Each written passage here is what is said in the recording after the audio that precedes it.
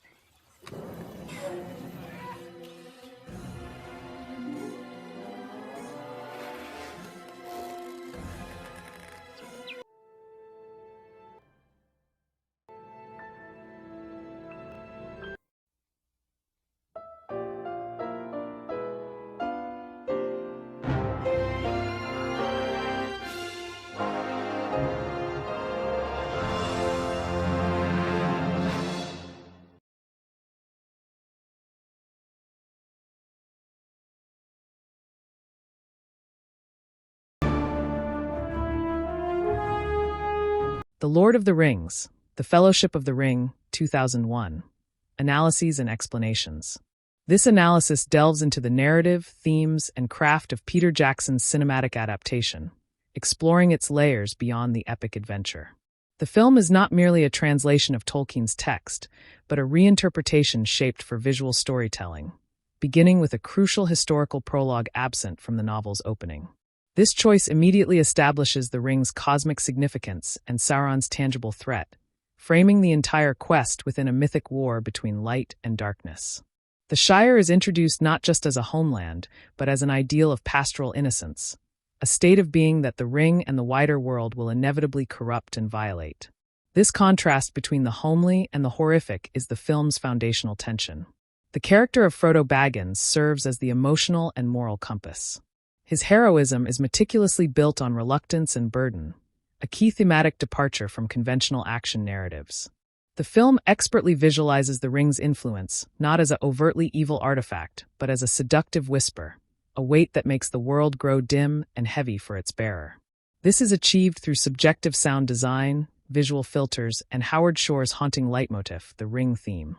Frodo's journey is one of increasing isolation, even amidst fellowship, presaging his solitary path in the subsequent films. The formation of the Fellowship itself is a political and symbolic act, representing the last alliance of the free peoples in miniature. The film simplifies but captures the essence of Tolkien's intricate lore at the Council of Elrond, using it as a narrative engine to unite the Nine Walkers. Their number is a direct challenge to Sauron's 9 ringwraiths, a point of hope and defiance. The group's diversity, in race, temperament, and heritage, is its strength and its vulnerability. Internal conflicts, particularly between Legolas and Gimli, are not just for comic relief but echo ancient enmities that must be overcome to face a greater evil. Aragorn's arc is one of the film's most significant adaptations. Jackson presents him as a conflicted ranger, Strider, from the outset, haunted by his lineage and reluctant to claim the throne of Gondor. This internal struggle makes his eventual leadership more earned. His relationship with Arwen is expanded from the books, giving him a personal stake in the future and a romantic motivation that broadens the film's emotional appeal. His protection of the hobbits, especially after Gandalf's fall, becomes the crucible in which his kingship is forged. The corruption of power is most tragically embodied in Boromir. His desire to use the ring as a weapon for his besieged people is presented as understandable, even noble in its origins. The film humanizes him far more than the book initially does, showing his genuine care for the hobbits, which makes his subsequent fall and redemption so powerful. His attempt to take the ring from Frodo is a climactic moment because it proves the Fellowship's inherent fragility. The greatest threat comes from within, spurred by good intentions twisted by the ring's poison. Galadriel's scene in Lothlorien serves as a crucial thematic exposition. Her test, refusing the ring when offered freely by Frodo, is a mirror to Boromir's failure and a demonstration of the immense will required to reject absolute power. Her apocalyptic vision of becoming a beautiful and terrible queen showcases the ring's corruptive potential even on the mightiest of the Eldar. This sequence, often cited for its haunting delivery, underscores that the quest is not just about destroying Sauron, but about preventing anyone, however wise, from taking his place. The film's technical achievements are in service of its themes. The forced perspective and scale doubles used for the hobbits physically manifest their small stature in a world of perils, making their courage more profound. The locations in New Zealand become character in themselves, from the claustrophobic, decaying grandeur of Moria to the ethereal, timeless beauty of Lothlorien. The Balrog, a masterpiece of practical and digital effects, is not just a monster but a primordial force of shadow and flame, a being of myth that makes Gandalf's sacrifice a battle of cosmological significance. Howard Shore's score is a narrative tool of unparalleled importance. It doesn't just accompany the action, it explains it. The use of specific leitmotifs for the Shire, the Ring, the Fellowship, and individual cultures like Rohan and Mordor creates a musical map of Middle-earth. The shift from the serene Hobbiton woodwinds to the grinding industrial rhythms of Isengard sonically illustrates Saruman's betrayal and the mechanized evil that opposes the natural world. Saruman's expanded role is a key adaptation choice.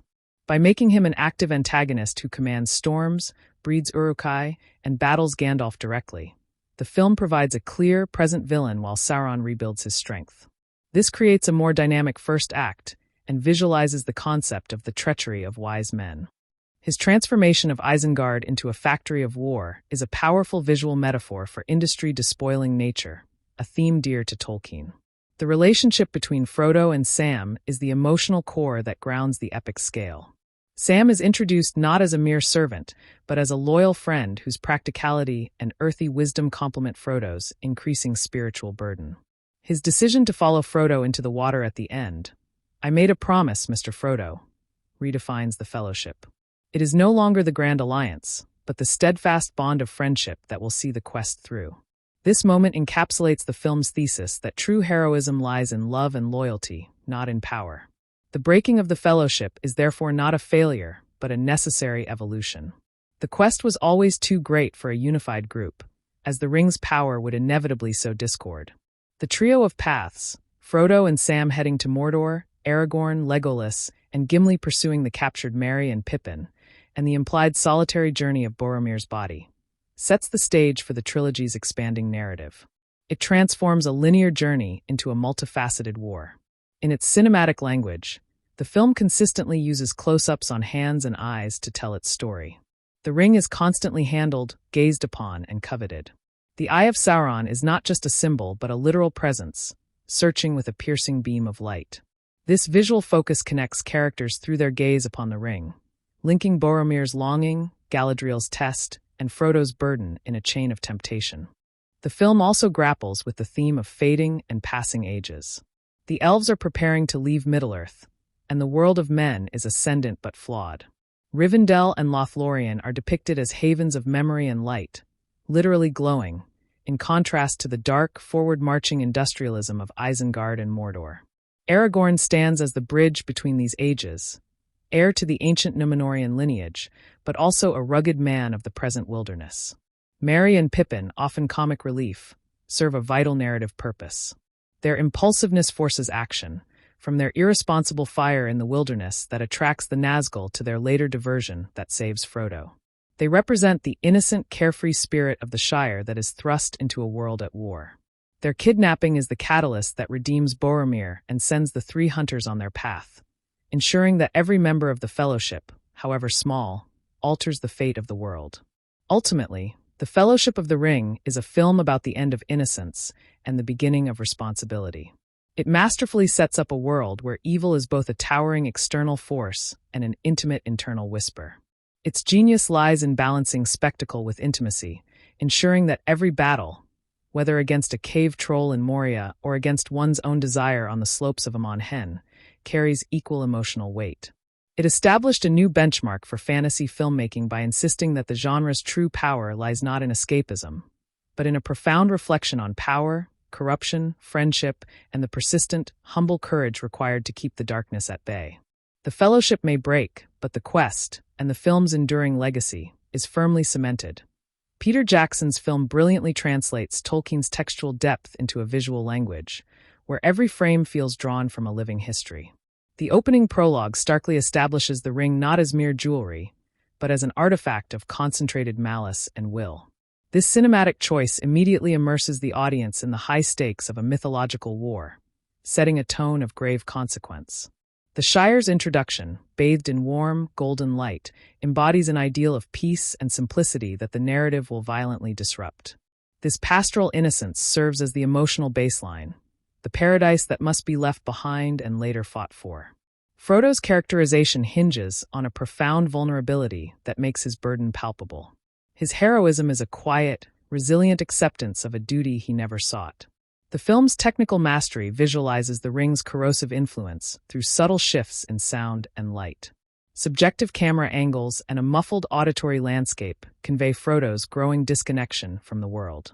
Howard Shore's now iconic score provides an oral representation of the ring's seductive and terrifying power, weaving a musical tapestry that guides the emotional journey. The Fellowship's assembly is a fragile political pact, symbolizing unity amidst deep-seated historical grudges. The Council of Elrond serves as an efficient narrative nexus, compressing Tolkien's expansive lore into a compelling dramatic summit. The 9 companions are consciously positioned as a symbolic counterforce to Sauron's 9 spectral servants. Their internal dynamics, the simmering tension between elf and dwarf, reflect ancient wounds that must heal for collective survival. Aragorn's portrayal as a reluctant exile adds layers of tragic nobility to his rugged demeanor. His romance with Arwen, expanded from the appendices, provides a poignant personal stake in the future of Middle-earth. This romantic thread underscores the themes of mortality, sacrifice, and hope. Boromir's tragic arc is rendered with immense sympathy, framing his fall as a misguided patriotic fervor. His interactions with the hobbits, particularly Merry and Pippin, reveal a capacity for warmth and mentorship. This genuine affection makes his later susceptibility to the ring's whispers a heartbreaking betrayal of his own better nature. The moment of his temptation at Amon Hen is a masterclass in subjective filmmaking, with the ring's voice overwhelming his reason. His ultimate redemption through self-sacrifice affirms the enduring power of honor, completing his journey from flawed man to redeemed hero. Galadriel's sequence in the heart of Lothlorien functions as a spiritual and thematic crucible for the narrative. Her refusal of the ring is a pivotal demonstration that some power is too perilous to wield, regardless of intent.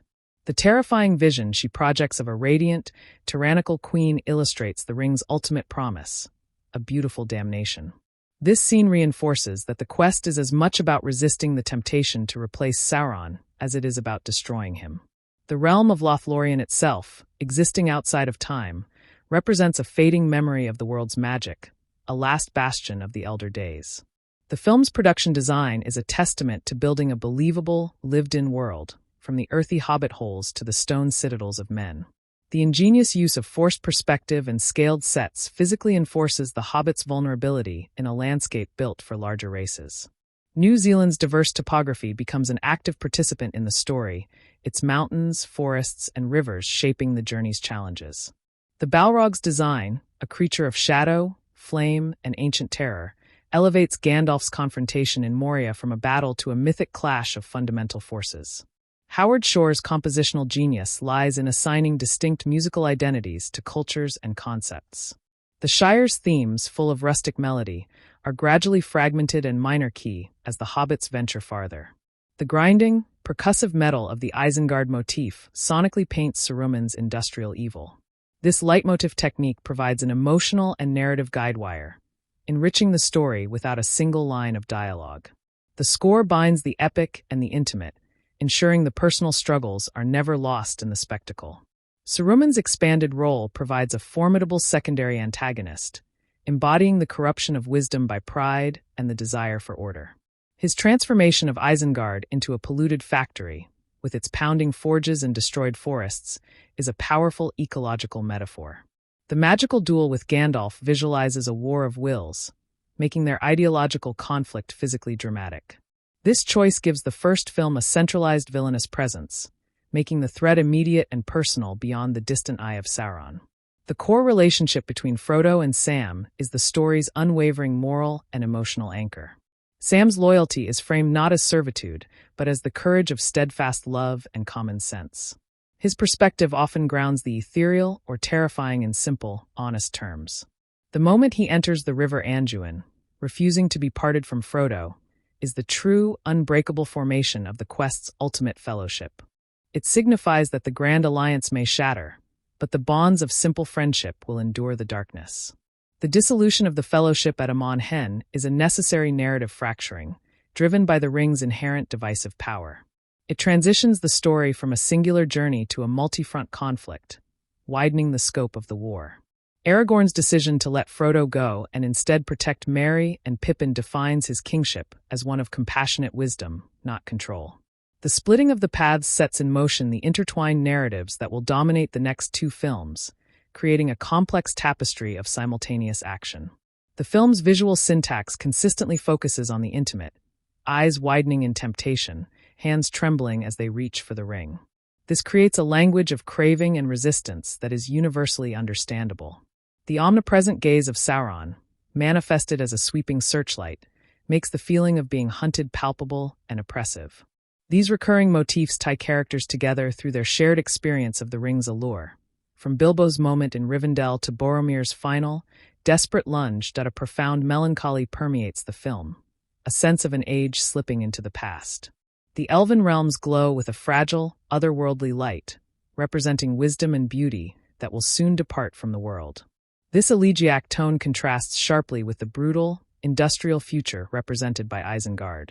Aragorn embodies this transition, carrying the legacy of the old world into the uncertain age of men. His journey is one of reconciling a glorious past with the urgent demands of a threatened present. Merry and Pippin's narrative role evolves from comic relief to crucial agents of change. Their seemingly foolish actions, lighting a fire, attracting the Nazgul, propel the plot forward, forcing growth and reaction from the more solemn characters. Their kidnapping is not a mere subplot, but the event that catalyzes Boromir's redemption and redirects the three hunters. This ensures the Hobbit's inherent agency, proving that courage and impact are not dictated by stature. Their story affirms that innocence, once lost, can transform into a different, more resilient kind of strength. The film's pacing is a careful orchestration of quiet character moments and explosive set pieces. Sequences like the quiet conversation at the Green Dragon in established community, while the frantic flight to the Buckleberry Ferry delivers relentless tension. The Council of Elrond is a necessary expository pause, a gathering of breath before the journey proper begins. The descent into Moria is a masterful buildup of dread, from the ominous silence of the Dwarrodelf to the chaotic terror of the troll attack and the Balrog's emergence. Each action sequence arises organically from the environment and serves to develop character or theme. The One Ring itself is a minimalist masterpiece of design, its perfect, deceptively simple circle embodying a closed loop of power and obsession. Its tendency to shift in size and weight, to seemingly betray its bearer at key moments, gives it a sinister agency. The inscription, revealed only in fire, is a brilliant touch, making its evil hidden yet ever-present. The ring's primary power is not physical strength but psychological manipulation, preying on the deepest desires of each character it encounters, from Galadriel's yearning to preserve her realm to Sam's simple wish for a garden. The Nazgul, or ringwraiths, are rendered with a primal, auditory horror. Their screeches are distorted animal cries, and their very presence is signaled by a chilling dread that precedes them. The scene at Weathertop is a pivotal horror set piece, where the supernatural terror of the Morgul blade is made visceral. Their design as armored, yet ethereal figures, especially in their spectral form under sunlight, perfectly captures their state as undead beings, forever tethered to the will of their master. They are the most personal and persistent manifestation of Sauron's pursuit. Gandalf's role shifts from a kindly guide to a beleaguered general and, ultimately, a sacrificial figure. His fall in Moria is not a defeat but a strategic choice to hold the line, a moment that shatters the Fellowship's initial hope and forces them into maturity. His confrontation with the Balrog on the bridge of Khazad-dûm is charged with mythological resonance, a wizard of fire and light meeting a demon of shadow and flame. His loss creates a vacuum of leadership that Aragorn must hesitantly, then decisively, fill, driving the character development of the entire group. The film's adaptation makes strategic compressions, most notably eliminating the 17-year gap and the character of Tom Bombadil. This creates a pressing urgency from the outset, transforming Frodo's departure into a desperate flight rather than a planned migration. While purists debated these choices, they tightened the narrative spine, ensuring the central thread of the ring remains the relentless focus. The emotional truth of the characters and the core themes of the book are preserved, even as the plot mechanics are streamlined for cinematic momentum. Feminine power, though limited by the source material's scope, is presented as potent and mystical. Galadriel is a being of immense, somewhat terrifying power and wisdom. Arwen's role is amplified, transforming her from a distant figure of lore into an active participant who defies the Nazgul and secures Frodo's passage to Rivendell. Her choice to tie her fate to Aragorn's mortal life is portrayed as an act of immense will and love, challenging the passive destiny of elfkind. These portrayals, while few, offer crucial moments of grace and fierce protection. The concept of home operates as a powerful motivator and a point of loss. For the hobbits, the Shire is an idyllic memory they carry with them, a reason to keep going. For Boromir, it is the besieged Minas Tirith he dreams of saving. For Aragorn, it is the kingdom of his ancestors he feels unworthy to claim. The Ring's temptation often twists this noble love of home into a possessive, defensive nationalism, as seen in Boromir. The quest, in many ways, is to save the idea of home for all peoples, not to possess one to the exclusion of others. The film's color palette is a deliberate storyteller. The Shire is all warm greens and yellows, Rivendell cool blues and whites, Moria oppressive blacks and oranges, and Lothlorien a shimmering, ethereal gold. Mordor and Isengard are dominated by grays, blacks, and harsh metallics. This visual progression maps the journey from safety into increasing peril and moral darkness. Frodo's own costume subtly desaturates as the ring weighs on him, a visual cue to his fading vitality and connection to the world of light. The friendship between Legolas and Gimli begins in mutual prejudice, a legacy of ancient strife between elves and dwarves. Their initial barbs are not mere comedy, but reflect deep cultural rifts. The journey forces them into dependency, and their bond, which will fully blossom in the later films, begins to form in shared glances during battle, a grudging respect. This micro-arc within the Fellowship exemplifies the film's central thesis that unity is forged in shared trial, and old hatreds must be set aside for survival. The prologue's battle scene is a staggering feat of scale and chaos, establishing the epic tone. Yet it wisely focuses on intimate details within the maelstrom. Isildur's fateful cut, the ring slipping from Sauron's finger, Elrond's desperate plea at the cracks of doom. This balance of the colossal and the personal becomes the film's signature style. It ensures the historical weight is felt, but the story remains about individual choices made in critical moments, echoing down through the ages. Food and hospitality are recurring motifs symbolizing culture, comfort, and community. The Hobbit's love of meals grounds them in simple physical joy. The contrast between the lush hospitality of Rivendell and the bare, anxious meals on the road highlights what has been lost. Even in Lothlorien, the waybread lembas is presented as a gift of sustenance that is more than food. It is an act of grace and endurance. Saruman's corruption is mirrored in his environment, which offers no nourishment, only the industry of war. The sound design is a character in itself. The ring's whisper is a layered, insidious mix of voices and temptation. The distinct shing of a hobbit blade like Sting turning blue, the deep groan of stone in Moria, the organic squelch of the orc forges in Isengard. all build an immersive, tactile world. The silence of the forests, whether the fearful quiet of the Old Forest or the holy quiet of Lothlorien, is just as carefully crafted and potent as the noise of battle. Boromir's death scene is orchestrated as a brutal yet heroic last stand. The slow-motion focus on the impacts of the arrows emphasizes the physical cost of his redemption. His final confession to Aragorn, "I would have followed you, my brother, my captain, my king," is a transfer of allegiance and hope. It acknowledges Aragorn's true lineage and worthiness, a blessing from a son of Gondor that foreshadows Aragorn's future. His peaceful passing, after defending Merry and Pippin, completes his arc from arrogance to humble sacrifice. The Mirror of Galadriel sequence delves into the psychological underpinnings of the characters. Frodo sees the Eye of Sauron and the Shire in ruin, visions of failure that steel his resolve. Sam sees his father and the Shire being destroyed, a vision that could have tempted him to turn back, but instead clarifies his duty.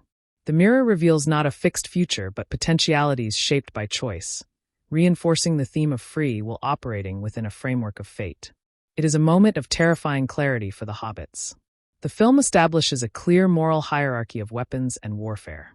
The forces of good often fight with sword, bow, and spear, tools of individual skill. The forces of evil employ mass production, explosive fire, Saruman's blasting fire, and twisted biology, the Uruk-hai. This juxtaposition romanticizes the pre-industrial, but also laments its vulnerability against a mechanized, heartless enemy. The heroic is often framed as a skilled stand against overwhelming, anonymous numbers. Frodo's wounding by the Morgul blade on Weathertop is a critical turning point. It is not just a physical injury, but a spiritual poisoning, a piece of the Wraith world festering within him. This makes him uniquely susceptible to the ring's influence and physically ties him to the enemy's realm. It justifies the need for Elrond's healing and the urgency of their flight. It also marks the moment the adventure becomes truly life-threatening, dispelling any notion of a rustic walking holiday. The architecture of Middle-earth visually communicates the ethos of its builders. The cozy, round doors of hobbit holes speak of comfort and welcome. The graceful, organic arches of Rivendell seem grown rather than built, blending elven craft with nature. The dwarven halls of Moria, though fallen, inspire awe with their colossal, geometric majesty, speaking of a culture that mastered stone. The crude, spiked fortifications of the orcs in Moria reflect only brutality and utility, with no beauty or grace. Pippin's innocent curiosity, while a source of trouble, is also a catalyst for revelation. His dropping of the stone down the well in Moria is a classic horror movie beat, but it serves the narrative by alerting the denizens below. His later mishap with the skeleton and the bucket leads the Fellowship directly into the tomb, triggering the attack. These are not just gaffes. They are the consequences of inexperience in a deadly environment, forcing the group to constantly react to unforeseen dangers their own actions inadvertently create. The film's treatment of time is elastic, conveying the long road through montage. The Fellowship walking over mountain passes, through snow, and along rivers, without losing narrative momentum. This gives a genuine sense of an epic journey across vast distances. In contrast, moments of high tension, like the parsing of the moon letters on the map or the reading of the Book of Mizarble, are stretched out, forcing the audience to sit in the dread with the characters. This manipulation of pacing is key to the film's epic feel. The concept of the road is a powerful motif.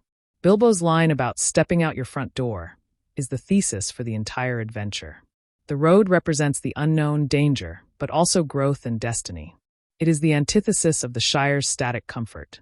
The film visually contrasts the safe, winding lanes of Hobbiton with the treacherous, unpredictable paths of the wild.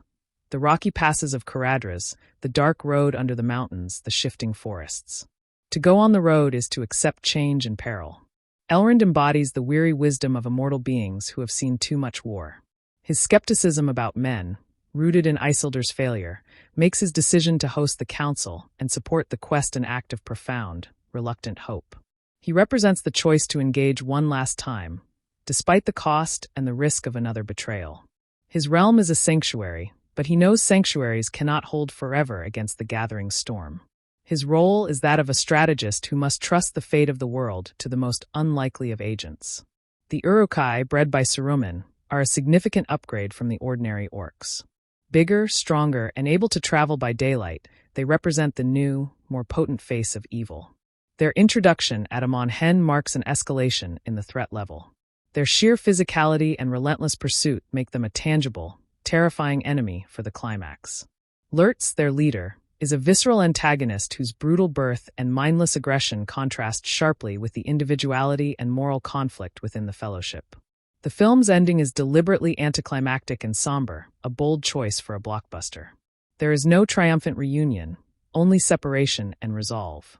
Frodo and Sam set out alone towards the bleak expanse of Eamon Mule, a tiny speck against an impossible task. Aragorn, Legolas, and Gimli begin their desperate chase.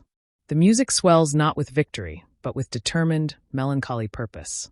This emphasizes that the destruction of the ring is a beginning of hardship, not an end, and the war is truly just beginning. Gimli's character provides a bridge to the ancient world of the dwarves. His grief and fury upon discovering Balin's tomb in Moria is a powerful moment of cultural loss. His boastful yet endearing persona offers comic relief, but it is rooted in a deep pride for his lineage and a longing for the lost splendor of his people. His desire to see the legendary caves of Helm's Deep and the glittering caves speaks to a cultural memory of beauty and craftsmanship that the current, fallen world has obscured. The film establishes a visual grammar for magic that is subtle and powerful. Gandalf's spells are often bursts of pure white light, to kindle fire, to shatter stone, to hold a door. Saruman's magic is more discordant and violent, shown in his seismic upheaval of Caradhras and his telekinetic assault on Gandalf. The high elven magic of Galadriel is different still, a radiance from within, a power of mind and spirit. This differentiation makes the magical world feel textured and rules-bound, not a mere convenience. Frodo's increasing use of the ring, at Weathertop and later at Amon Hen, has severe and escalating consequences. Each time he puts it on, he is drawn deeper into the Wraith world, becoming more visible to Sauron and more injured by the experience. The film visually distinguishes this shadow world as a cold, blue-tinted, and horrifically clear dimension where the Nazgul appear as terrifyingly solid. This cost discourages its use as a simple invisibility cloak, framing it instead as a dangerous addiction with diminishing returns and greater risks. The film's success lies in making the audience feel the weight of the ring's history. The prologue establishes its creation, loss, and rediscovery. Its passage from Sauron to Isildur, from Isildur to the river, from Dégol to Sméagol to Bilbo, and finally to Frodo, is a chain of corruption and tragedy. When Frodo holds it, he is not holding a ring. He is holding the condensed history of Middle-earth's greatest conflict. This lends immense gravity to his simple act of carrying it, and to the quest to end that history forever. The Lord of the Rings. The Fellowship of the Ring endures because it accomplishes the monumental task of being both a faithful adaptation in spirit and a groundbreaking cinematic work. It balances intimate heart with colossal spectacle, philosophical depth with thrilling action. It trusts its audience with complex lore while never losing sight of the emotional journey at its core. The story of small hands turning the wheels of the world. It set a new standard for the fantasy genre, not through effects alone, but by proving that stories about hope, friendship, and resilience against corruption could resonate on a global, timeless scale. The prologue's narrative economy establishes millennia of history through image and voiceover, framing the ring as a character of immense will and malice. This foundational sequence bypasses lengthy exposition, plunging the audience into a mythic conflict that feels both ancient and urgently present. The Shire emerges not merely as a setting but as an ideological construct, representing an entire philosophy of life centered on community, harvest, and peaceful continuity.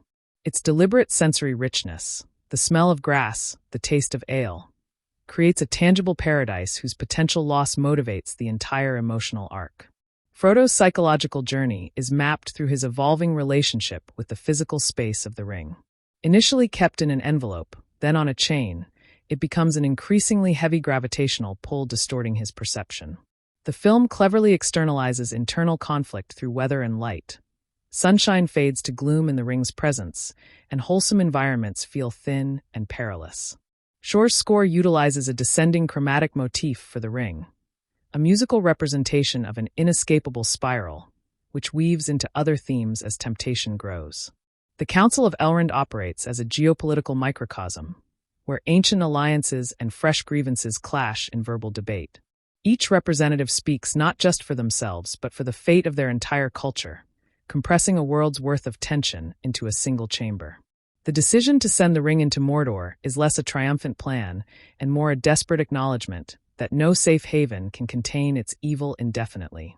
This moment transforms the story from a defensive mission to protect the Shire into an offensive quest to save all of Middle-earth. Aragorn's interior struggle is visualized through his costuming and posture. His worn leathers and guarded stance contrast with the heraldic splendor of Boromir's Gondorian armor. His healing of Frodo after Weathertop is a quiet moment of kingship, utilizing Athelas, a royal herb, showcasing a forgotten lore that defines his true lineage. His romance with Arwen is framed through the lens of mortal transience versus immortal permanence, making his potential kingship a bridge not just between men, but between the ages of elves and men. Boromir's complexity is deepened through his interactions with the hobbits, where he becomes a surrogate older brother, teaching them to sword fight with a tenderness that contradicts his martial bluster. This mentorship makes his later betrayal a fracture of trust on a personal, not just ideological, level. The sound design during his temptation scene blends the ring's whisper with the desperate cries of his imagined people, illustrating how the weaponizes noble love into possessive fear. His death thus mourns not just a man, but the corruption of good intentions by despair. Galadriel's test is a masterclass in restrained performance, where her serene face becomes a battlefield for cosmic struggle. The terrifying transformation sequence uses visual effects not for spectacle, but for psychological horror, showing the beautiful tyranny that lies within even the wise. Her subsequent return to grace, "I passed the test," is a moment of monumental victory, arguably as significant as any battlefield triumph.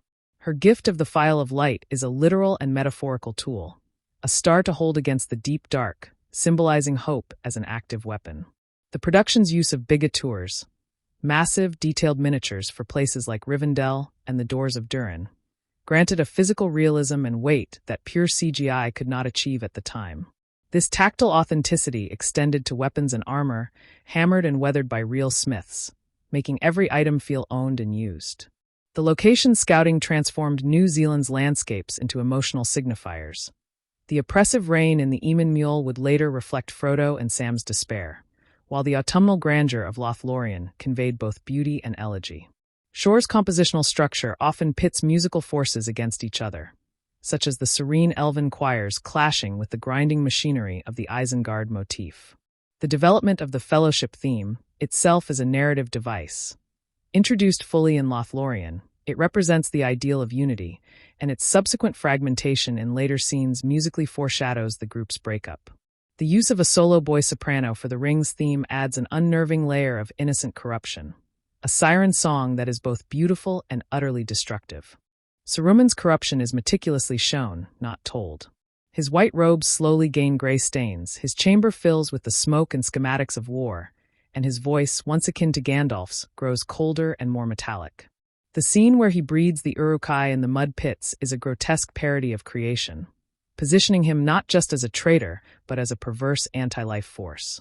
This visual progression makes him a tragic figure, a fallen angel whose intellect has been harnessed solely for the engineering of ruin.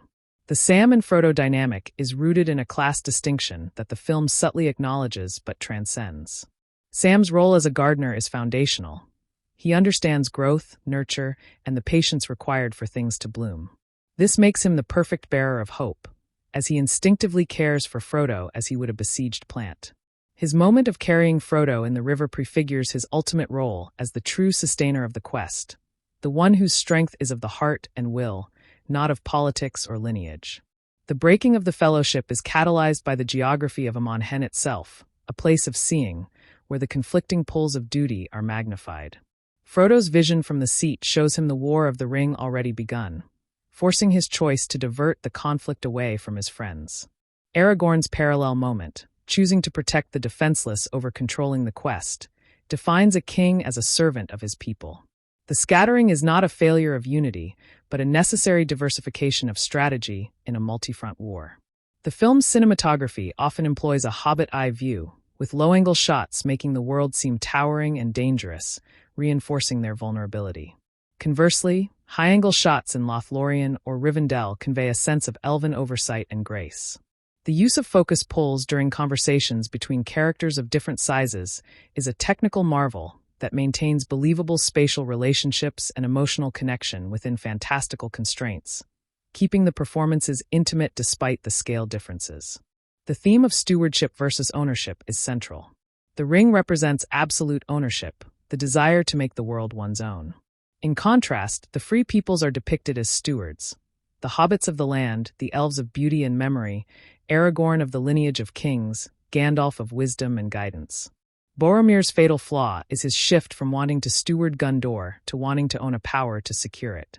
The quest's goal is not to claim power, but to renounce it utterly, a profoundly antitypical epic conclusion. The Ents, though only glimpsed in this film, are established through Gandalf's dialogue and the eerie sentience of the old forest. This sets up the theme of nature as an active, vengeful force against those who would despoil it. The Huarns surrounding Isengard and the moving trees are a Chekhov's gun patiently loaded in this installment. This ecological thread ties the fate of the ring directly to the health of the very land, making Sauron and Saruman's evil not just political but environmental. The practical creature effects for the orcs and goblins, using prosthetics and dedicated actors, gave them a grotesque individuality missing from later fully digital hordes. Each orc face tells a story of brutality and suffering, making them pitiable as well as fearsome. The cave troll in Moria is a masterpiece of animatronics, its ponderous, powerful movements creating a palpable sense of danger within the confined space. This physicality in the action sequences grounds the fantasy, making every blow and collision feel consequential. Time's passage is emotionally conveyed through the changing of seasons during the journey montages, from the green of the Shire to the snowy peaks of Caradhras. This visual shorthand communicates the long, arduous road without needing explicit timeline references. The contrasting timelessness of the elven realms, where leaves are golden but never seem to fall, highlights the cultural difference between the races destined to leave the world and those who must age and die within it. The concept of the long defeat, a term from Tolkien's letters, is embodied by the elves. Their resistance against Sauron is not with hope of permanent victory, but as a noble holding action against the inevitable dimming of their light. Elrond and Galadriel carry this melancholy, a wisdom laced with grief. This frames the Fellowship's mission not as a guaranteed triumph, but as a worthwhile act of defiance in a world where even good is often transient. It elevates their courage from optimism to existential commitment. The Ringwraith's design masterfully conveys their faded majesty and eternal torment. Their tattered cloaks and rusted crowns hint at the proud kings they once were, while their formless, shrieking presence shows what the ring's promise truly delivers. Their vulnerability to water at the ford of Bruinen is a brilliant mythological touch, symbolizing the purifying, life-giving force of nature, channeled by Elrond's magic, against their dried-up, lifeless evil. They are not just soldiers, but walking cautionary tales. Food and its sharing act as a barometer for fellowship. The joyous, communal feast in the Shire gives way to sparse meals on the road, then to the ethereal, sustaining lembas of the elves. This progression shows a shift from luxury to necessity to spiritual sustenance. Boromir's dismissive comment about elvish food subtly marks his cultural disconnect, while Sam's careful packing of seasonings shows his pragmatic commitment to preserving home's comforts, a small act of resistance against despair. The film's editing rhythm brilliantly alternates between expansive, awe-inspiring wide shots that drink in the landscape and tight, frenetic close-ups during danger. The Moria sequence is a crescendo of this technique, from the wide horror of the Balrog's reveal to the frantic close-ups of straining muscles and terrified eyes during the bridge collapse. This rhythm manipulates the viewer's breath, creating the somatic experience of a journey with moments of respite and peaks of terror. Gimli's initial bluster is undercut by moments of profound cultural reverence, as when he mournfully recites the names of Balin's company in the tomb. His desire for a lock of Galadriel's hair is not comedy, but a profound moment of dwarven culture. The appreciation of beauty crafted from the earth, meeting elven grace. This moment of connection, where the fairest lady gives a gift to the gruffest traveler, is one of the Fellowship's first true bonds across ancient enmity, symbolizing the reconciliation the quest demands. The absence of traditional fantasy music during key moments is a bold choice. The creeping silence as the Fellowship enters Moria, broken only by dripping water and echoing footsteps, builds dread more effectively than any score. The lack of music during Boromir's death allows the raw sound of battle, his strained breath, and Aragorn's whispers to carry the emotional weight, making the scene devastatingly intimate amidst the epic conflict. The film explores different models of leadership. Gandalf leads by wisdom and moral authority, Aragorn by earned respect and competence, Boromir by charisma and command, and Elrond by custodial stewardship. Frodo, by the end, leads by accepting a burden that absolves others of it. His leadership is one of sacrifice, not command. The failure of the Fellowship is partly a failure of a committee model. The quest ultimately requires the focused, terrible responsibility of a single individual, supported by pure loyalty. The artistic design of the written word within the film, the flowing elvish script on the ring, the angular dwarven runes on the tomb, the crude mark of the bloody hand, treats language as a magical and cultural force. The power of true names is invoked, as with Gandalf speaking the word of command, to shut the door in Moria. This reverence for language connects directly to Tolkien's philological passions and positions knowledge, its preservation and its secrecy, as a key weapon in the conflict. The storm on Caradhras is a brilliant example of nature weaponized. The mountain itself seems to attack them, with snowbanks moving like waves and winds that sound like malicious voices. This sequence establishes that the world is no longer a neutral backdrop, but an active participant under the influence of dark will.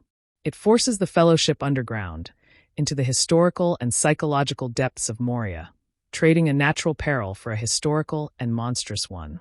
Frodo's relationship with Bilbo is crucial for understanding the ring's slow corruption. Bilbo's initially jovial retirement in Rivendell is shadowed by his moment of terrifying avarice when seeing the ring again. This shows Frodo the fate he might avoid, but also the familial legacy he has inherited. Bilbo's gift of the mithril shirt is a deeply symbolic act, a father passing on not a weapon of power, but a weapon of protection, trading the ring's temptation for an artifact of preservation. The film's color grading tells a silent story. The pervasive green of the Shire represents life and innocence.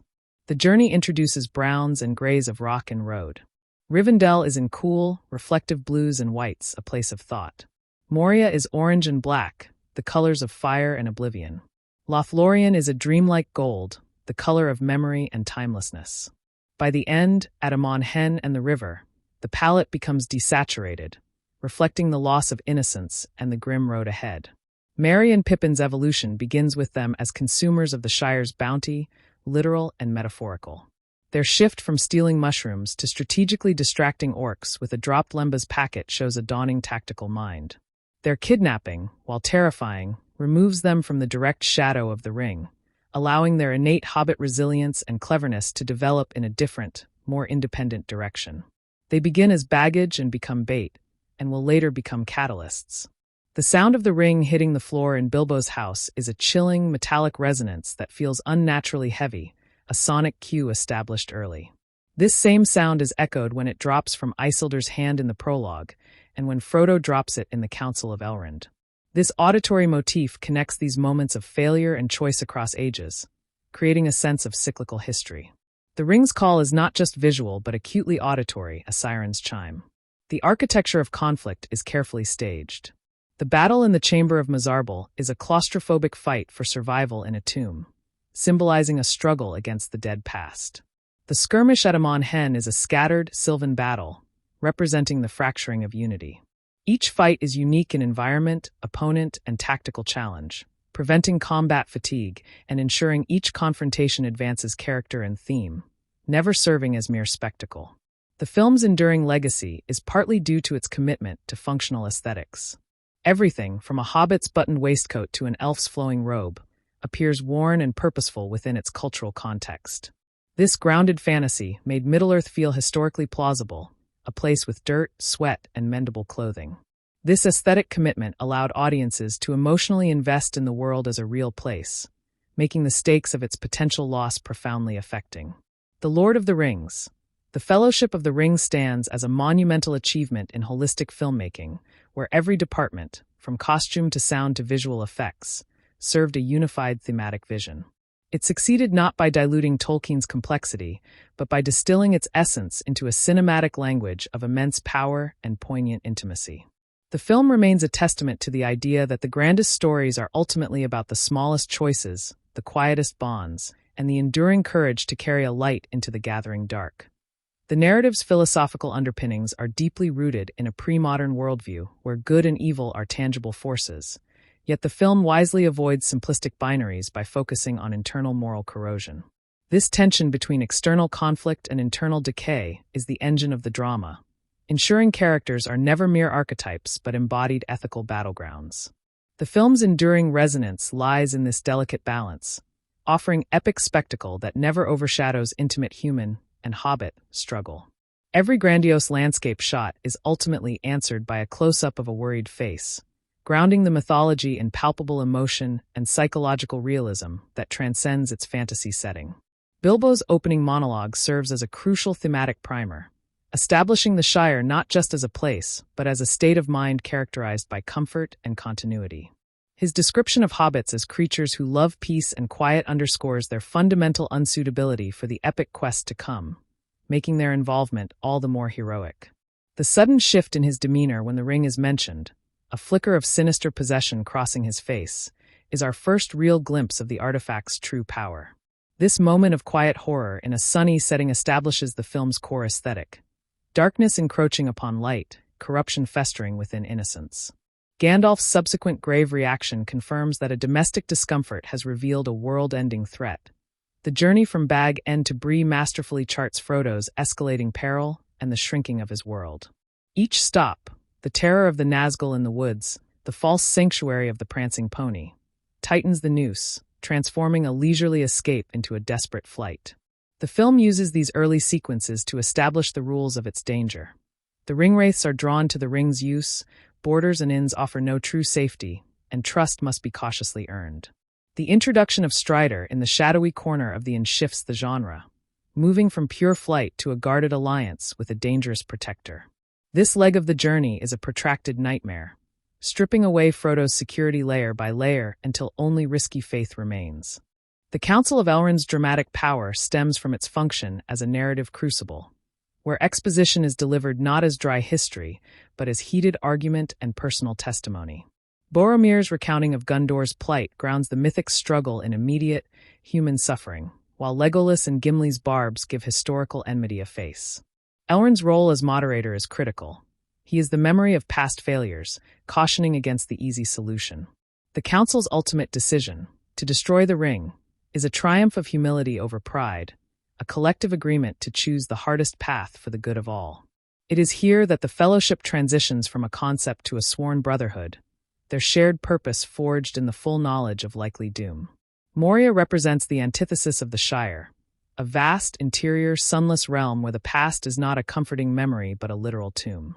The descent into its darkness is a psychological as well as physical journey, forcing the group into claustrophobic reliance on Gandalf's weakening light. The discovery of Balin's tomb is a moment of profound dread, a frozen tableau of a failed colony that serves as a grim premonition. The ensuing battle in the chamber is chaotic and desperate, a fight for survival in a charnel house that shatters the Fellowship's earlier cohesion. Gandalf's sacrifice at the Bridge of Khazad-dûm is the sequence's tragic pinnacle, a willing fall into shadow to preserve the light of the quest, permanently altering the group's dynamic and sense of security. Lothlorien operates as a necessary spiritual sanatorium after the trauma of Moria, a place of healing and harsh clarity. The elves' otherworldliness is emphasized through ethereal lighting and a haunting vocal score, setting them apart from time itself. Galadriel's mental communication with the Fellowship members is a brilliant device, showcasing her perception of their inner hearts without judgment. Her gift-giving is deeply symbolic. The phial is a weapon of light, the cloaks are for concealment and endurance, the ropes are for practical salvation, and the lembas is the will to continue. This sequence doesn't advance the plot geographically, but deepens it thematically, preparing the characters, especially Frodo, for the solitary path ahead through visions and tools of hope. The voyage down the great river Anduin is a period of tense liminality, a fragile peace between the trauma of the past and the looming conflict ahead. The shifting landscapes, from the stark cliffs of Sarn Jebber to the lush lawns of Parth Galen, mirror the Fellowship's fluctuating moods, from wary vigilance to temporary respite. This section is charged with the ring's growing influence, as its weight presses on all, particularly Boromir and Frodo. The statues of the Argonath are not just impressive scenery. They are silent sentinels of a fallen kingdom, reminders of Gondor's faded glory that directly trigger Boromir's final crisis. The river itself becomes a symbol of fate's current, carrying them inexorably toward a moment of irrevocable choice and fragmentation. The breaking of the fellowship at Amon Hen is less a battle and more a tragic convergence of personal failings and noble intentions colliding. Boromir's fall is presented as a violent, sad culmination of his internal struggle, his assault on Frodo a physical manifestation of the ring's corrosive power. Frodo's decision to depart is not one of anger, but of heartbreaking clarity, a belief that his presence is the greatest danger to his friends. The simultaneous, intercut battles, Aragorn against the Uruk-hai, Frodo against Boromir's temptation, Merry and Pippin's capture, create a devastating symphony of collapse. The aftermath is not victory, but survival and redirection, with Sam swimming after Frodo providing the only unbroken thread of loyalty in the shattered tapestry. Aragorn's leadership arc is meticulously crafted through silent reactions and deferred decisions. His deference to Gandalf establishes a chain of command, and his assumption of leadership after Moria is hesitant, born of necessity, not ambition. His treatment of the hobbits, especially his gentle care for Frodo after Weathertop and his fierce defense of Merry and Pippin, reveals his true nature as a protector king. The moment he kneels by Boromir, accepting his allegiance and forgiveness, is his true coronation, a king serving his dying soldier. Letting Frodo go is his ultimate kingly act, prioritizing the quest's need over his protective instinct or desire for control, trusting the smallest to bear the largest burden. The film's treatment of evil is multifaceted, avoiding a monolithic darkness. Sauron is a pervasive will, a disembodied eye of fiery malice. Saruman is the intellectual evil, a rational mind twisted to serve tyranny, his corruption cold and strategic. The orcs and Uruk-hai represent the brutal, industrialized face of evil, remorseless and numerous. The ringwraiths are the spiritual and psychological horror, embodiments of despair and eternal servitude. This stratification makes the adversary feel total and inescapable, a threat operating on military, magical, and existential levels simultaneously, requiring a diverse fellowship to even hope to counter it. The concept of home is dynamically interrogated throughout the narrative. For the hobbits, it is a physical place they yearn for but must leave to save. For Aragorn, it is a lineage and a throne he avoids out of reverence and fear. For Boromir, it is a city under siege he desperately wishes to armor with the ring's power. For the elves, it is a fading memory of a world they are preparing to depart. The quest, in a profound sense, is about redefining home not as a place to possess and fortify, but as a world worth saving through renunciation, making the ultimate act of homelessness. Frodo's journey to Mordor, the very thing that preserves the idea of home for everyone else. The musical score's narrative function cannot be overstated. It acts as an emotional guide, a cultural translator, and a foreshadowing mechanism. The robust Hobbit theme, first heard on solo fiddle, gradually incorporates somber strings as the journey darkens. The Gondor motif, introduced with Boromir, is noble yet strained, mirroring his people's desperate, weary valor. The Fellowship's own theme, stated fully in Lothlorien, is a complex weave of individual melodies representing the Nine Walkers, making its subsequent fragmentation in later scenes audibly heartbreaking. Shore's use of specific instruments, Hardinge fiddle, boy soprano, bronze gamelan, roots the cultures of Middle-earth in an audible reality that feels ancient and true. The film's adaptation choices regarding the elves highlight their dual nature as both ethereal and formidable. Arwen's expanded role showcases their protective power and their deep emotional stakes in the world's fate. The substitution of Arwen for Glorfindel at the ford makes the rescue more thematically cohesive, linking romance to salvation and emphasizing elven agency. The depiction of Lothlorien as a place of both breathtaking beauty and terrifying power, centered on Galadriel's test, corrects any notion of the elves as merely delicate or passive. They are presented as a people at the end of their long history, whose final acts are of crucial support, not retreat. The environmental storytelling in Isengard is a masterclass in showing ideological corruption. We see the transformation in stages, from a pristine, orderly tower to a smoke-belching engine of war, its gardens torn up for pits and its resources consumed for mass production. This visual arc mirrors Saruman's fall from the head of the White Council to a mimic of Sauron's industrial might. The cross-cutting between the peaceful, natural beauty of Lothlorien and the violent industry of Isengard creates a stark moral and aesthetic contrast, framing the central conflict as one between organic life and mechanistic destruction, between creation and perverse manufacture. Frodo's physical and spiritual burden is externalized through brilliant cinematic techniques. The use of a subjective audio filter, where the world's sounds fade and the ring's whispers dominate, puts the audience directly inside his deteriorating mental state. The visual effect of the world slowing down and dimming when he puts on the ring conveys its dual nature as a tool of hiding and a beacon of exposure. His increasing pallor and the weight of his movements are carefully plotted by Elijah Wood's performance, charting a journey from bright-eyed curiosity to gaunt determination. The ring is not just carried. It is a sickness he incubates, making him a tragic figure of sacrifice rather than a conventional action hero. The dynamics of friendship are tested and redefined under extraordinary pressure. The bond between Sam and Frodo is the central pillar, but others form in the crucible. Legolas and Gimli's grudging respect blossoms during the chase, and Aragorn's bond with the hobbits deepens from a contract to a personal vow. Boromir's fellowship with Merry and Pippin, brief as it is, becomes the catalyst for his redemption. The fellowship's failure is structural. It cannot withstand the ring, but the interpersonal bonds formed within it prove indestructible, becoming the threads that will guide the separate narratives of the subsequent films.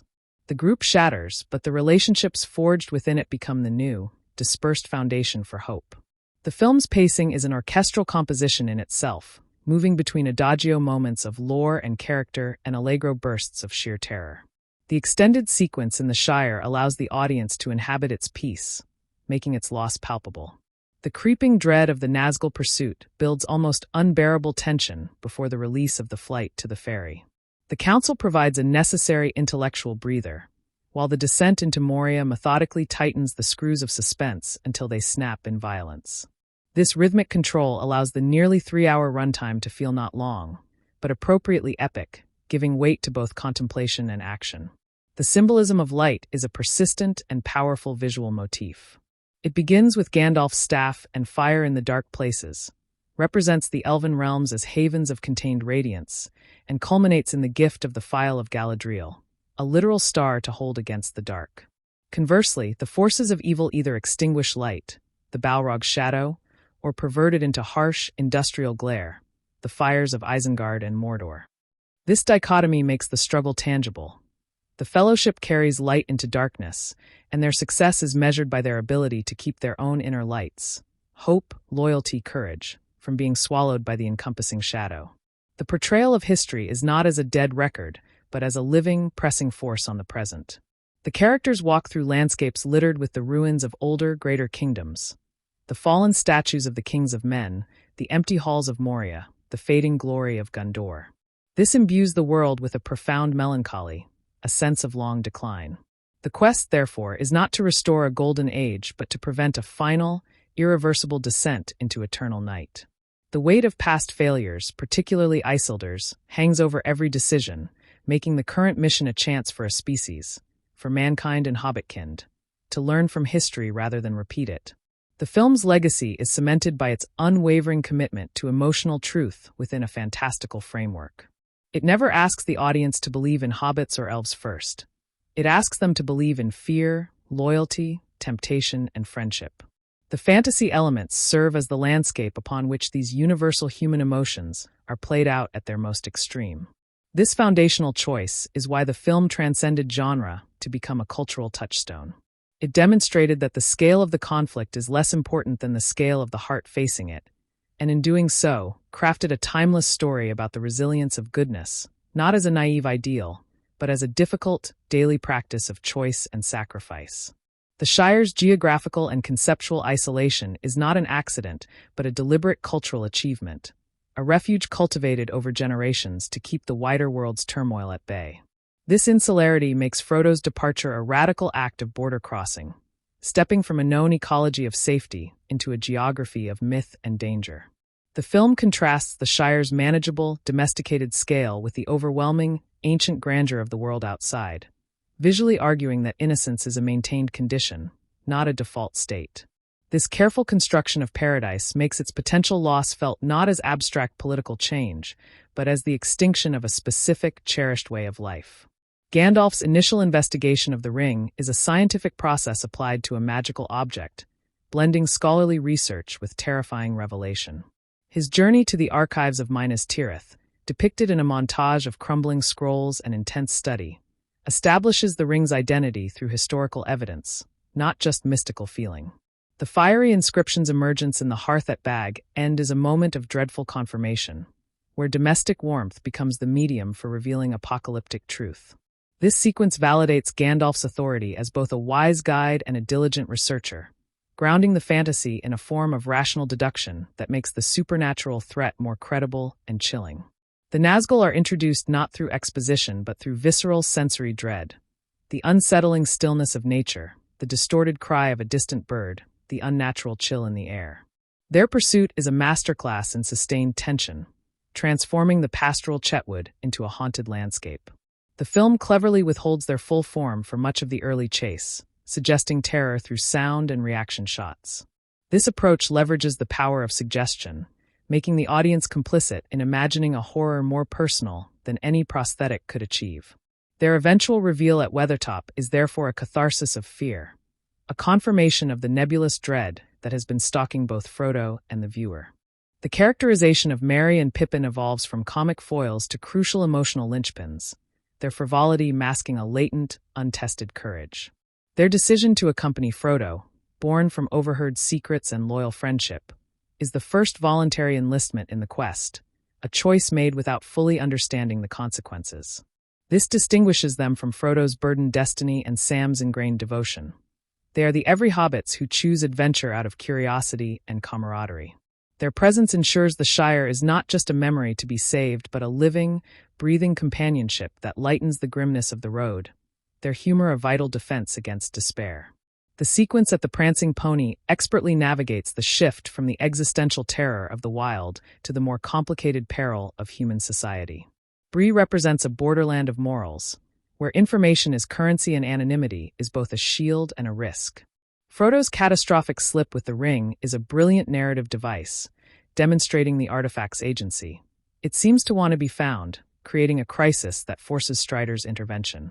This moment shatters any notion of safe havens, proving that the greatest dangers can be summoned by a single moment of weakness, even among crowds and ale. Strider's introduction subverts the archetype of the mysterious stranger by immediately layering him with vulnerability and weariness. He is not a pristine hero, but a ranger clad in worn leather, nursing a pipe in the shadows. His knowledge of the Black speech and the Nazgul marks him as an expert in the very darkness they flee, making him both a protector and a slightly frightening figure. The trust Frodo places in him, "I think a servant of the enemy would look fairer but feel fouler," is a pivotal moment of intuitive wisdom, the first major decision Frodo makes alone that steers their fate. It establishes that in this world, discernment is a survival skill as critical as swordsmanship. The flight to the ford of Bruinen is the climax of the first act, a relentless chase sequence that transitions from frantic horseback escape to a mystical, watery deliverance. Arwen's arrival is a deus ex machina that feels earned because it is channeled through her character's established power and her personal stake in the future. The summoned flood, with its galloping white horses, is a potent symbol of nature itself, mobilized by elven will, cleansing the immediate threat.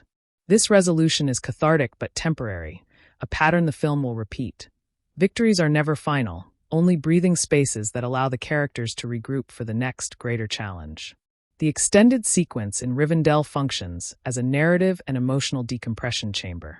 The healing of Frodo is a quiet miracle that underscores the elves' deep, preservative power, contrasting with the violent, corrosive magic of the enemy.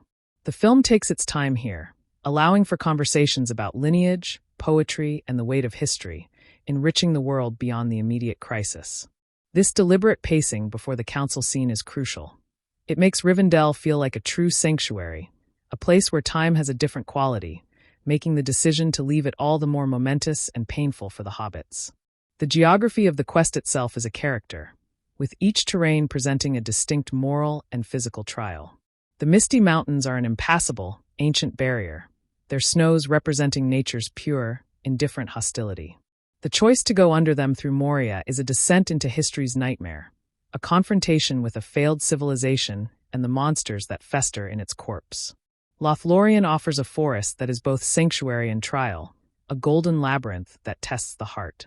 The Great River is a path of uneasy reflection, carrying them toward the inevitable fork in their collective destiny. Each landscape is an externalization of an internal journey stage. The Balrog is the film's most profound achievement in realizing a being of pure myth. It is not a mere monster but an elemental force, a demon of the ancient world. Its design, a creature of shadow, smoke, and ignited heart, bypasses conventional anatomy to tap into primal fears of fire and darkness.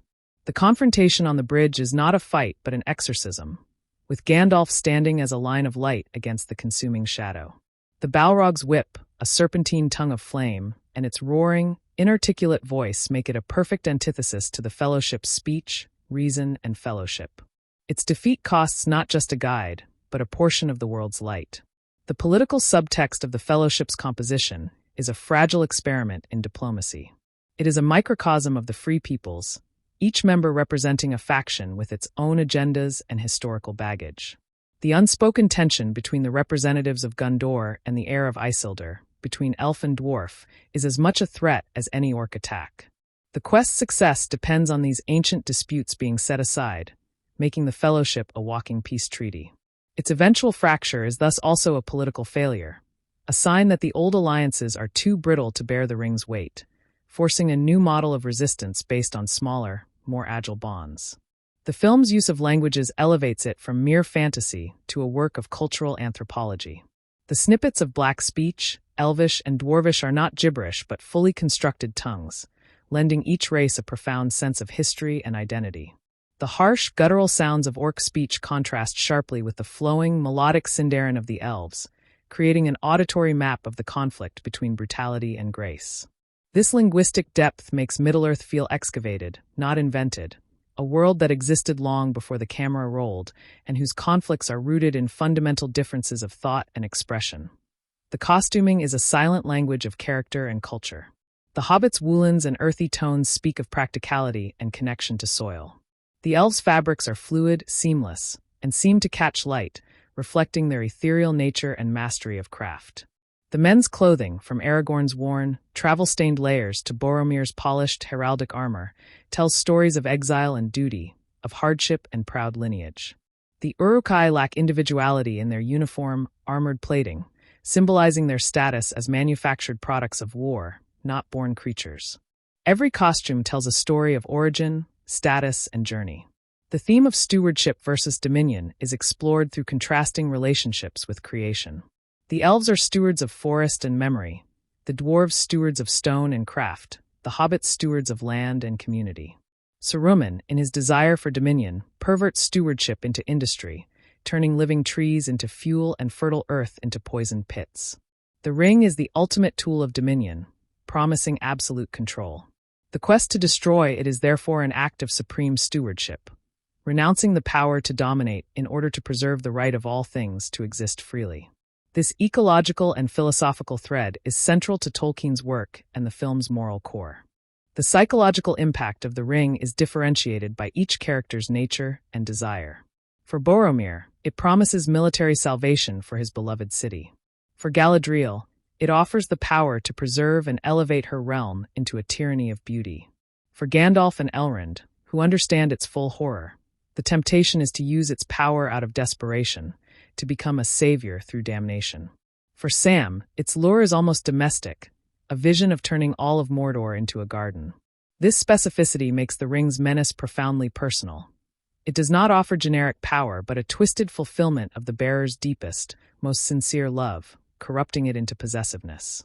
The cinematography and action sequences prioritizes spatial coherence and character perspective. The fight in the Chamber of Mizarble is chaotic, but never confusing. The viewer always knows where each member of the Fellowship is in relation to the threat. The use of slow motion is sparing and meaningful, as in Boromir's death, emphasizing the physical and emotional impact of the moment. The camera often adopts a hobbit's eye view during battles, making the enemies loom larger and the chaos more overwhelming, grounding the epic scale in a relatable, vulnerable physical experience. The The concept of the long defeat is embodied not just in the elves but in the very stones of Middle-earth. The ruins that litter the landscape are monuments to forgotten victories and inevitable decay.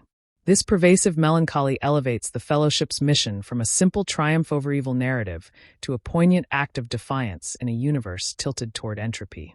Their courage is more poignant because it is not fueled by certainty of victory, but by a determination to do what is right, even if the age of magic and glory is passing irrevocably into the twilight. This acceptance of transient beauty and necessary loss adds a layer of profound, mature sorrow to the adventure. The relationship between fate and free will is a delicate dance throughout the narrative. Prophecies and ancient foresight suggest a planned design, such as the rhyme about the ring being found or Isildur's bane returning. Yet, at every critical juncture, characters exercise agonizing choice. Frodo choosing to leave the Shire, Gandalf choosing to fall in Moria, Aragorn choosing to let Frodo go. The film suggests that fate provides the stage and the props, but the characters write their own lines through acts of courage, mercy, and sacrifice. Their free will operates within a grand design, their choices giving meaning to the predetermined contours of the story. The soundscape is a meticulously crafted layer of storytelling. The distinct shing of a Nazgul blade, the deep groan of stone in Moria, the organic, squelching sounds of Isengard's pits, all build a world that feels physically real. Silence is used just as powerfully, the dead quiet of the woods before a ringwraith attack, the held breath in the mines before the drumbeat begins.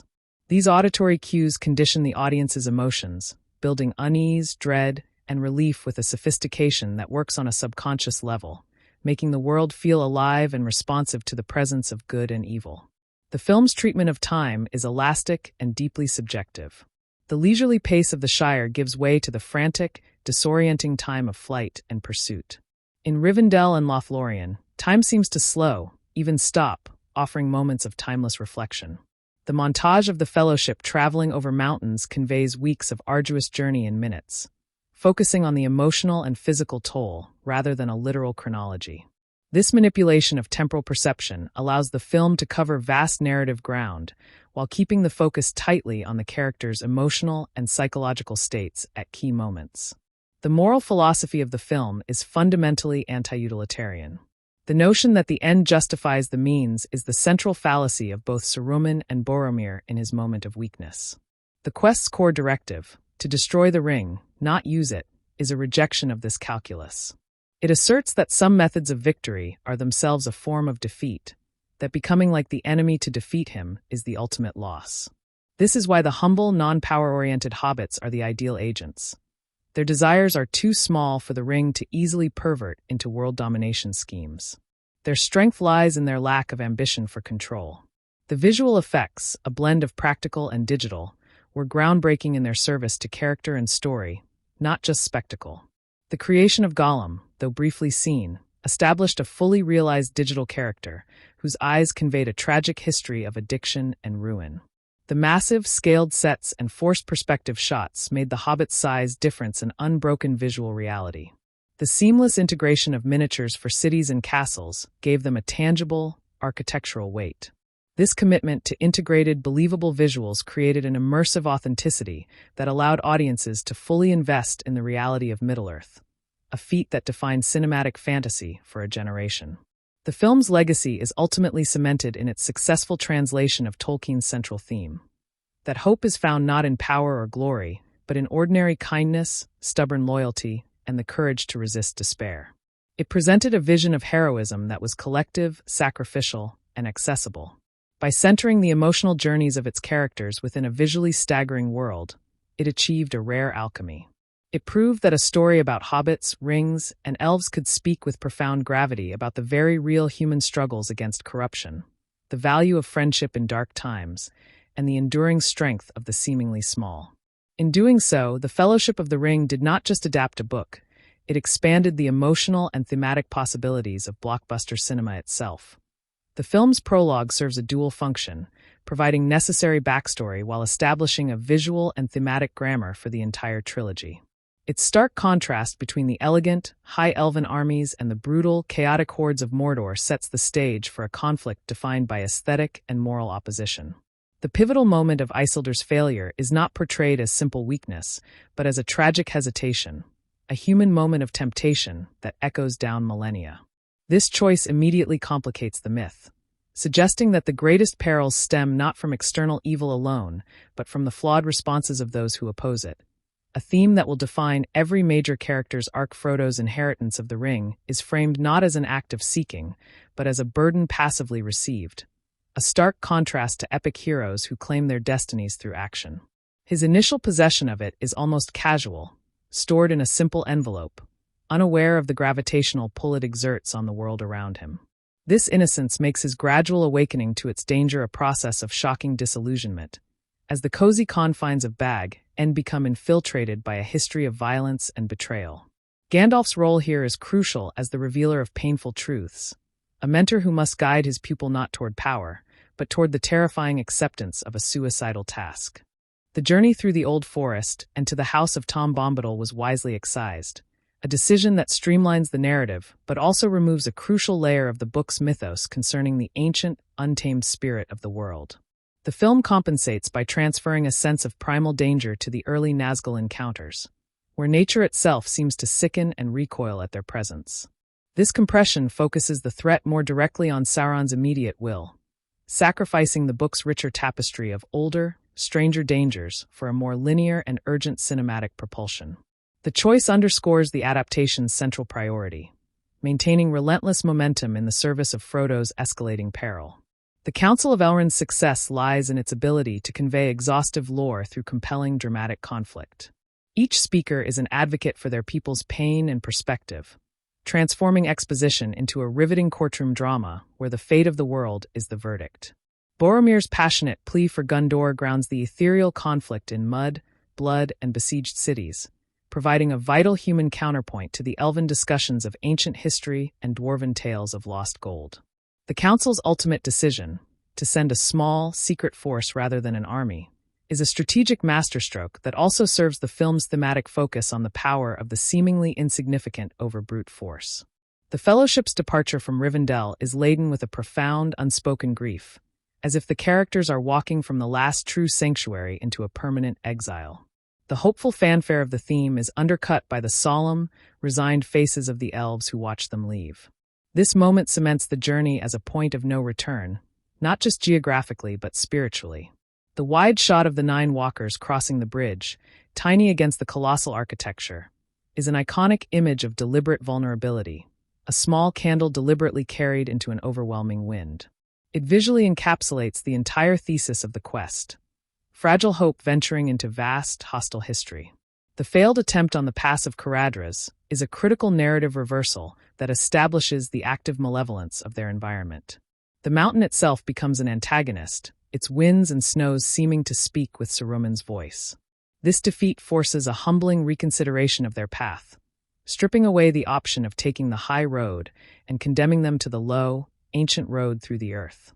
The sequence brilliantly demonstrates that the Fellowship's plans are fragile, subject to the will of a foe who can command the very weather, raising the stakes from physical danger to a sense of cosmic opposition. The Mines of Moria stand as the narrative's true descent into the underworld, a physical and psychological journey into a dead civilization's heart. The initial awe at the Dwarrowdelf's immense, empty grandeur quickly curdles into claustrophobic dread as they delve deeper. The discovery of the Book of Mizarble, with its frantic final entries, is a masterpiece of slow-burn horror, providing a textual ghost story that prefigures their own likely fate. The ensuing battle in the tomb is not a glorious fight, but a desperate scramble for survival in a charnel house, shattering any remaining illusion of the quest as a noble pilgrimage and reframing it as a brutal fight for life against ancient, waking nightmares. Gandalf's fall is the Fellowship's traumatic heart, an event that reconfigures the group's dynamics and emotional core. His struggle with the Balrog on the bridge is a mythic tableau, a wizard of light desperately holding a line against a primordial shadow. His final command, "Fly, you fools," is both an urgent order and a tragic admission of his own limit. The aftermath, the stunned silence, the collective collapse at the exit into daylight, is one of cinema's most powerful portrayals of grief. It marks the end of childhood for the quest. Their guide is gone, and they are left orphaned in a wild land, forced to rely on their own fragmented and untested leadership. Lothlorient's function as a healing space is complicated by its pervasive air of melancholy, and unearthly judgment. The Fellowship enters not as honored guests, but as suspect intruders, blindfolded and led through a golden labyrinth. This reception reinforces the elves' alienation from the world, their protective secrecy bordering on paranoia. Galadriel's telepathic interrogation of the members is invasive yet clarifying, forcing each to confront their hidden fears and desires. Her realm is not a comfortable haven but a mirror, reflecting back the corruption they carry with them, making the respite earned here one of painful clarity rather than simple rest. The gifts of Galadriel are narrative tools and symbolic promises, each meticulously chosen for the recipient's character and future trial. The Phial of Arundel's light for Frodo is a weapon of hope against literal and metaphorical darkness. The elven cloaks grant camouflage and a touch of otherworldly grace. The soil for Sam promises a future of growth beyond the desolation. The belts for Merry and Pippin hint at an unlooked-for strength. Boromir's receive nothing of magical nature, a subtle nod to his tragic, purely mortal path. Each gift is a thread of foresight, a tangible piece of elven hope woven into the fabric of their seemingly hopeless mission. The journey down the Anduin is a period of fraught stillness, a calm before the storm charged with the ring's increasing psychic weight. The shifting scenery, from treacherous rapids to peaceful glades, mirrors the fluctuating stability within the Fellowship itself. The rising tension between Aragorn and Boromir is played out in glances and clipped dialogue, a silent battle over strategy and moral authority. The Argonath, those colossal silent kings, serve as a monumental reminder of the glory and failure of men, directly triggering Boromir's final crisis by confronting him with the diminished reality of his own kingdom's inheritance compared to its legendary past. The breaking of the Fellowship is orchestrated as a symphony of simultaneous, intercut failures and redirections. Boromir's fall is a violent, tragic solo. Frodo's decision to leave is a quiet, heartbreaking aria of isolation. Merry and Pippin's capture is a frantic, discordant movement. Aragorn's defense and subsequent choice is a crescendo of conflicted duty. The editing creates a visceral sense of everything unraveling at once, of a carefully maintained unity exploding under unbearable pressure.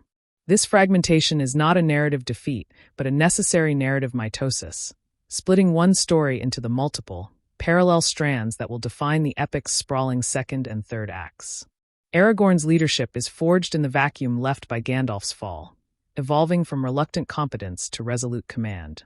His immediate assumption of the role is not declarative but practical, a quiet, "we must reach the woods of Lothlorien," that focuses the group's shock into action.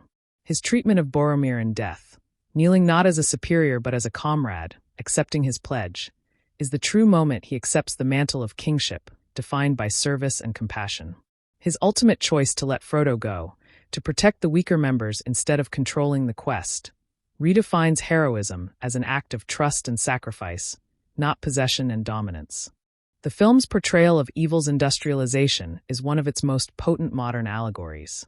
Saruman's Isengard is a vision of ecological and spiritual catastrophe, where ancient trees are fed into furnaces to fuel the production of mindless, identical soldiers.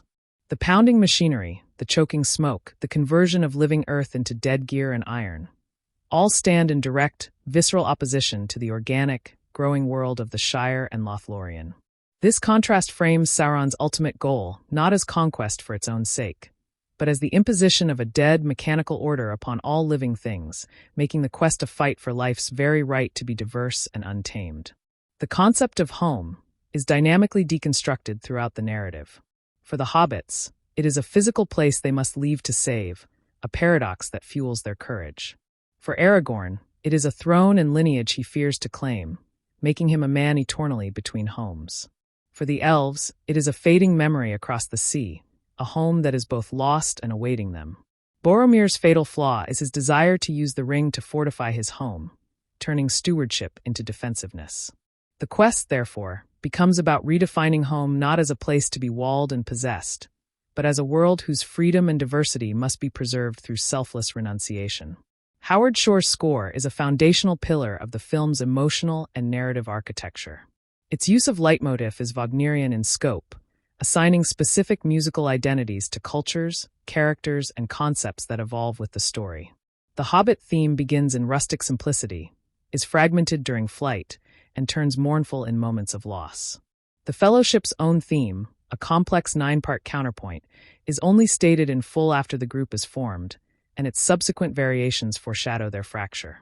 The music doesn't just accompany the images, it interprets them, providing a subconscious emotional guide through the vast landscapes and internal struggles. The film's adaptation choices regarding gender, while limited by the source material, seek to amplify agency where possible. Arwen's substitution for Glorfindel at the ford makes her an active savior, linking the romantic subplot directly to the plot's mechanics. Galadriel is presented not just as a beautiful queen, but as a being of immense, terrifying power whose test is a central moral crisis. These choices, while not creating parody, consciously frame the female characters as wielders of decisive, often magical influence in a narrative dominated by physical combat, providing crucial points of alternative power and perspective. The visual language of corruption is consistently tied to imagery of industry, fire, and shattered stone. Compare the warm, glowing forge of the Shire, where a simple poker is made to the infernal, assembly-line pits of Isengard. The Balrog is a creature of flame and broken mountain. Even the ring's influence is visualized through metallic, fiery inscriptions and a visual warping of light. This consistent aesthetic ties all manifestations of evil to a principle of destructive, consuming energy, opposed by the preserving, growing, and healing energies represented by water, light, living wood, and humble handmade things.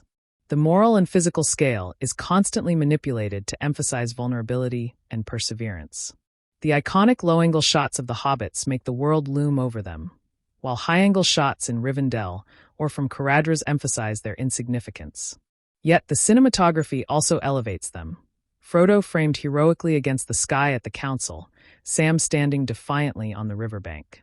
This dynamic visual treatment mirrors the central theme: that true magnitude is not a matter of physical stature, but of moral and emotional resilience, an idea the film argues through its very composition. The film's pacing is a carefully calibrated alternation between expansive world-building and intense, intimate crisis.